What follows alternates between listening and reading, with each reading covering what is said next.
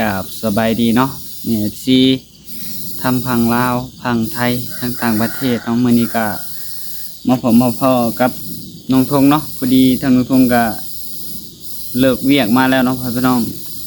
กับมืออื่นนี้ทางน้องทงก็คือสิผักเวียกเนาะมือหนึ่งมืออื่นเป็นมือวันชินพอพี่น้องเอ้ยเอามือนี้ก็พอดีทางน้องทงก็มาเว้นแน่จักหน่อยเนาะพี่น้องเนาะโดยมืออื่นนี้ก็ผักเวียกมือหนึ่งพอพี่น้องเอ้ยเดี๋ยวทางน้องทงก็สิพาเมฟซีเลาะรอบๆแถวอันหมู่บ้านชายบุญเนี่ยเนาะบ่ฮู้ว่าเพิ่นสร้างเรือนหม่องใดแน่เนาะแต่ว่าบ่ฮู้ว่าทางทงก็สิเลาะหลายเลาะน้อยซำใดก็ต้องรอรับชมกันเนาะพี่น้องเนาะทางทงก็ช่วงนี้ก็บ่ค่อยได้อันย่างเลาะอ้อมแถวอันหมู่บ้านชายบุญบ่ได้พ่อแม่พี่น้องเอ้ยโดยโอเคทางทงก็สิพานี่สิไปรับชมกันเนาะพี่น้องโดยก็ไปกันเลยเนาะพี่น้องโดยตอนนี้ก็พอดีเริ่มค่ำมืดแล้วเนาะพี่น้องตะเวนเกือบสิตกดินเลยเลาะใดสำใดก็เอาสำนั้นพี่น้องเฮือนชาวหลาเนาะอันนี้ก็ทางเฮือนบ่อเราเนาะพี่น้องโดย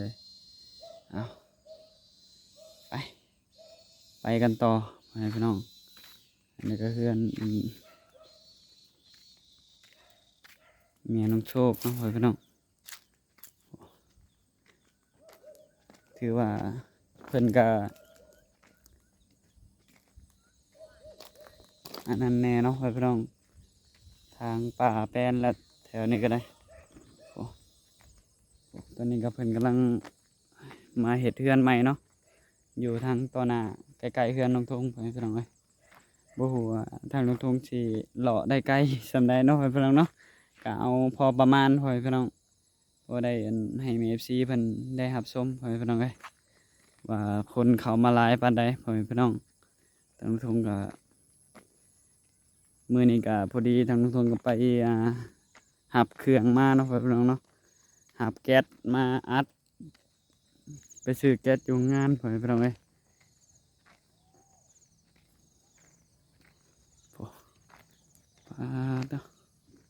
ก็คือว่าคนเขามาหลายพี่น้องโดย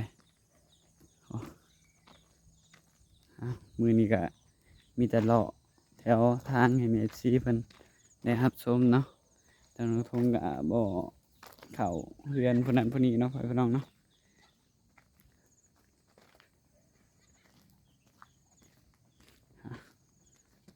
เลาะแถวทางนี่แหละ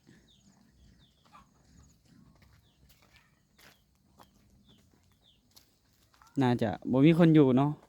สิได้คือสิบ่ได้คือสิบ่มีคนอยู่เลยทุกคนนี่ก็เรือนของเอ้ยแหลมเนาะเอ้ยแหลมก็เราไปอยู่นี่ก็เราน่าจะเลี้ยงไก่พอเนาะเราเอาตะนางนี่อ้อมเลยน่าจะออกบ่ได้เนาะไก่ก็ได้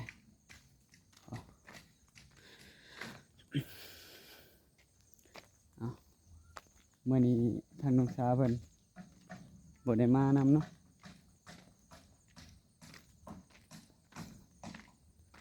เพิ่นอยู่เพื่อนพี่น้องปล่อยให้ลงทงมาพาเมฟซีมาเลาะเบิ่งว่าคนมาอยู่หลายปันใดนะพี่น้องโดยทางในพุ่นก็มีอยู่2 หลังคาเฮือนเนาะพี่น้องทางในแต่ว่ามีมันสุดแต่อยู่ในป่านั่นเนาะก็อันนี้ก็เพิ่นก็มาอยู่แล้วเนาะตูบน้อยๆนี่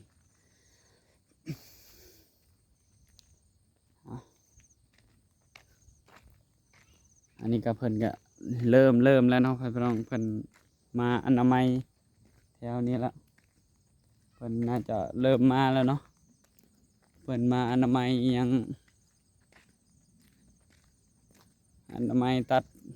ทางป่าพี่น้อง ตัดไม้ทางป่าเนาะเอาตอนนี้ก็เพื่อนเพื่อนของปานางพอไปน้องเอ้ยเพื่อนปานางเราก็บ่อยู่เนาะปานางก็ได้เราเห็ดทานอยู่เตาทานไปแหละอันนี้ก็เพื่อนประบนเราก็บ่อยู่คือกันพอไปน้องเอ้ยเราอยู่เตาทานอันนี้เป็นหากรรมสร้างไม้พอไปน้องนี่เพื่อนหลังนี้หาก็มาสร้างใหม่เนาะอยู่ทางหลังเฮือนแม่น้องโศกเลยเฮือนหลังนี้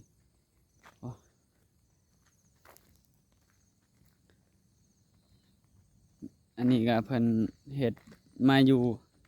ก็โดนเติบแล้วเนาะเฮือนหลังนี้โดนเติบละอยู่ทางหลังเฮือนบ่เราเนาะพี่น้องแต่ก็บ่ค่อยละเอียดปานใดเนาะทางทงมาถ่ายอ้าวนี่อันนี้ก็เฮือนหลังนี้ก็มาตั้งใหม่คือกันพ่อแม่พี่น้องเพิ่นยังเฮ็ดบ่แล้วเลยเนาะโอ้ทางหน้าอีกทางทงก็บ่อยากไปปานใดเนาะยันมีหมาไหลเนาะอยู่ในนี้พ่อแม่พี่น้องเอ้ยโอ้ทางผมก็มีเฮือนตัวหน้าพุ่นอยู่พุ่นก็มีเฮือน2 หลังพ่อแม่พี่น้อง3 หลังเนาะอยู่พุ่นเนาะเอามื้อหน้าเดี๋ยวทางทงสิพาแม่ FC เลาะอีกเนาะพ่อแม่พี่น้องมื้อนี้ก็เริ่มสิค่ำแล้วพ่อพี่น้องเอ้ยเดี๋ยวทางนุทงสิมื้อหาโหดพักก่อนเดี๋ยวมันสิค่ำก่อนเนาะก็ประมาณนี้แหละเนาะก็เพิ่นก็เริ่มขยอยเข้ามาเรื่อยๆพ่อพี่น้องแต่บ่มีพายุเนาะสิเข้าไปพูดคุยกับบ่มีพายุจักคนอยู่ในนี้ก็ได้ก็คือสิบ่มีพายุแหละมื้อนี้ก็ได้เพิ่นก็ไปหาเฮ็ดเวียกเฮ็ดงานไผมันเนาะพ่อพี่น้องทางนุทงก็5 โมงจังได้มาเฮือนก็ได้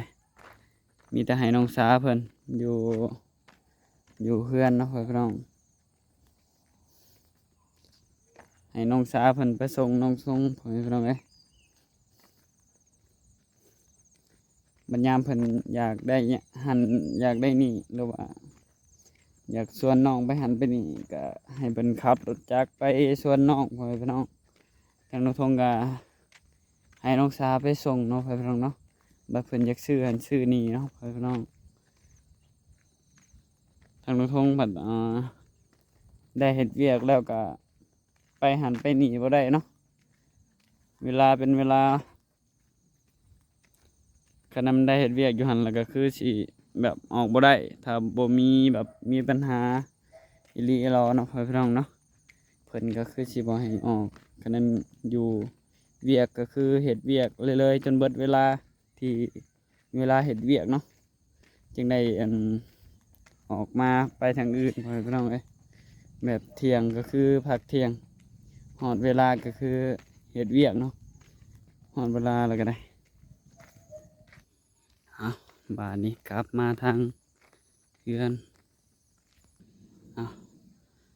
ทางนี้ก็เพิ่นเอากระแพงอ้อมมาเลยเนาะพี่น้องถ้าอ้อมแบบนี้ก็คือสิคักเนาะพี่น้องเนาะเพิ่นก็แบบบ่มีไผปีนได้พี่น้องเฮ็ดสูงแบบนี้นะมีแต่เฮ็ดอันนั้นใส่ทั้งข้างเนาะพี่น้องเนาะแบบทางหน้าพี่น้องแบบเฮ็ด2เห็นมองทางหน้าพี่น้องเอ้ยแต่ว่าเฮือนน้องทงบ่ได้มีทางเนาะเพิ่นเฮ็ดอันนั้นเลยอันนี้บัดบังทางพี่น้องเพิ่นเฮ็ดสูงบัดนี้แล้วมันอยากบังทางเนี่ยจักหน่อยเนาะแต่ว่าถ้าเฮ็ดบัดนี้ก็คักเนาะพี่น้องเนาะเฮ็ดกำแพงสูงแบบนี้บ่มีไผปีนขึ้นไปได้พี่น้องเอ้ยแต่ว่าก็ทางพุ่นก็มี3 หลังคาเฮือนแล้วเนาะ3 4นี่แหละประมาณนี้เนาะพี่น้องไปเดี๋ยวเข้ามาหาน้องสาเนาะพอดีทางน้องทงก็ซื้อแนวกินมากินเลยเนาะพี่น้องเนาะน้องสาเพิ่นสิเฮ็ดกินอีหยังแหละเนาะโดยเนาะเดี๋ยวทางน้องทงสิมาโพสต์พักต่อเนาะพี่น้อง มื้อนี้ก็เริ่มค่ำแล้วเนาะทางนทงก็เดี๋ยวมื้อหน้าสิพาแม่ๆ FC ไปเลาะเนี่ยเนาะพ่อพี่น้องเนาะก็มื้อนี้ก็ทางนทงก็สิมาโฮดพักก่อนเดี๋ยวมันสิค่ำเนาะพ่อพี่น้องโดยไปพักก็บ่ค่อยงามปานใดพ่อพี่น้องเอ้ยบ่ฮู้ว่าเป็นหยังเนาะก็ถือว่าทางนทงก็โฮดอยู่เนาะพ่อพี่น้องเนาะ คะแนนโพสต์น้ำบ่หลายเลยแห้งบ่ติดเลยพ่อแม่พี่น้องแห้งบ่ขึ้นเลยเนาะพักก็ได้เดี๋ยวทางนทงไปหาอันถอกเนาะอ่ะโดยเนาะมื้อนี้ทางน้องสาเพิ่นก็เฮ็ดแนวกินพ่อแม่พี่น้องเอ้ยอ่ะเดี๋ยวโฮสต์พักเนาะพ่อแม่พี่น้องทางน้องสาเพิ่นกำลังเฮ็ดกินอยู่พ่อแม่พี่น้องเอ้ยโดยเนาะเพิ่นชื่อซีนหมูมาเฮ็ดกินหยังก็ยังบ่ฮู้เนาะพ่อแม่พี่น้อง ยังบ่ฮู้ว่าเพิ่นสิเฮ็ดหยังให้น้องทุ่งกินมื้อนี้พ่อแม่พี่น้องเอ้ยเพิ่นเฮ็ดอยู่ให้กินทางน้องทุ่งก็มาโคดผักโคดหญ้าเนาะพี่น้องเนาะถ้าแล้วจากนี้ทางน้องทุ่งก็สิไปซอยทางน้องสาวเพิ่นอยู่เนาะพี่น้องโดยอ่ะเดี๋ยวทางน้องทุ่งไปโฮดกันเลยเนาะพอดีทางน้องทุ่งก็เปิดน้ำไว้ดนเลย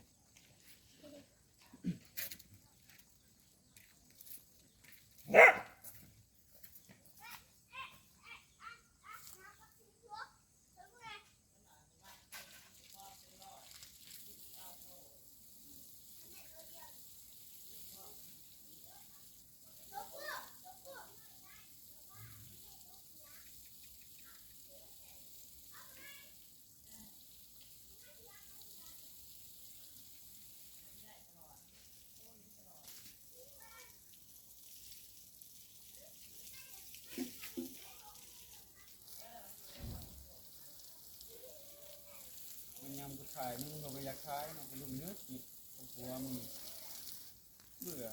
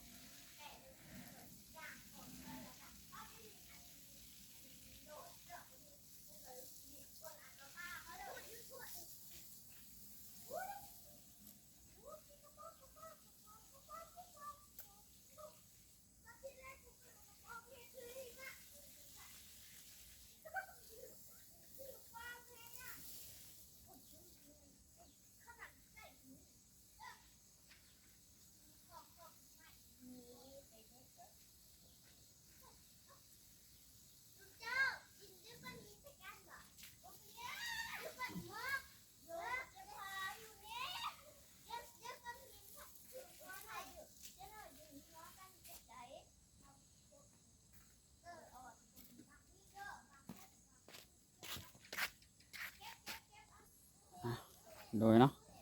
ทางทงก็มาโฮสต์ทางนี้พ่อแม่พี่น้องผักบุ้งก็ผักบุ้งนี้ทางทงหวานก็บ่เกิดเนาะพ่อแม่พี่น้องเนาะบ่ฮู้ว่ามันเป็นหยังพ่อแม่พี่น้องเอ้ยปลูกผักบัวแทนพ่อแม่พี่น้องโดย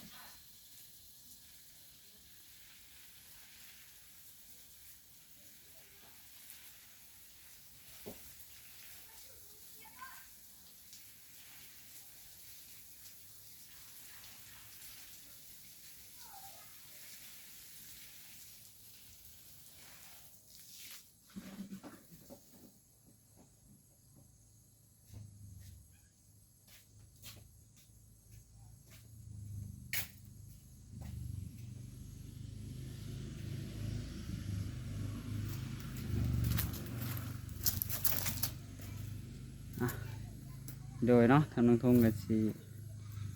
จบคลิปในภาพนี้แล้วเนาะพ่อแม่พี่น้องเนาะทางทงก็ต้องขอบคุณเนาะทางมี FC เพิ่นสุกคนเนาะที่เบิ่งคลิปของน้องทงตั้งแต่ต้นจนจบที่บ่ข้ามโฆษณาเนาะทางน้องทงก็บ่ผิดพลาดประการใดก็ต้องขอโทษขออภัยนำ FC ช่วงนี้ก็ทางน้องทงก็เฮ็ดเวียกเนาะพ่อพี่น้องมีแต่มื้ออื่นนี่แหละทางน้องทงสิได้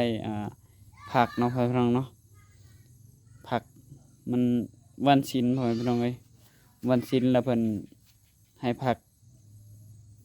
มื้อเดียวพ่อพี่น้องโดยทางน้องทงก็